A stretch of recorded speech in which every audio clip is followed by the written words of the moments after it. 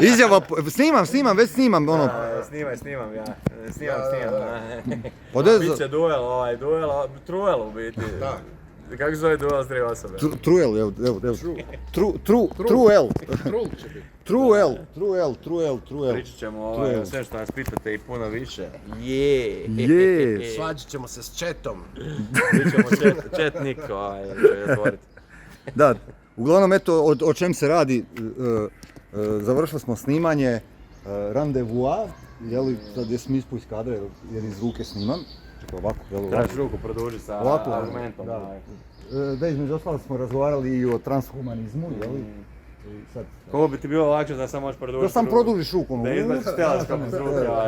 Uglavnom... Ili da koristiš stik koji je napravio. Da. Ili kod Alšim, onaj Street Fighter. Čekaj, da maknem, da mi budete baš u kadru, da nisam tamo lovio neku zgradu.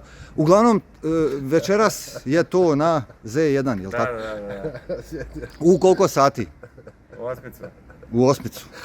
Dobro. Pogledaj ovo, vidi radnik. Težak. Hvala ti težaka.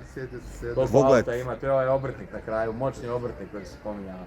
Vidite koliko auta razi. Nekad su obrtnici, a i danas isto, ajde, ti si zanatija neko, Da, ali mene ovo djeluje, ovo je... To je Bandić, onaj.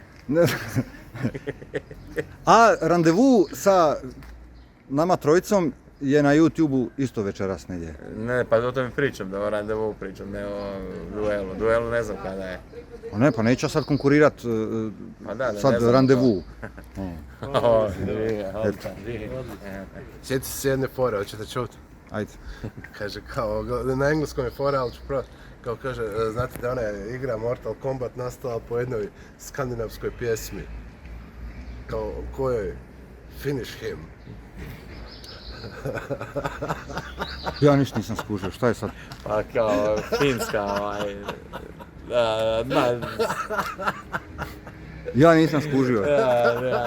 Jel to nešto što ja smijem? Finska himna, finish him, kao u Mortal Kombat kao ima ono finish him. Da. Domišlja to. Vrckavo. Ingenio.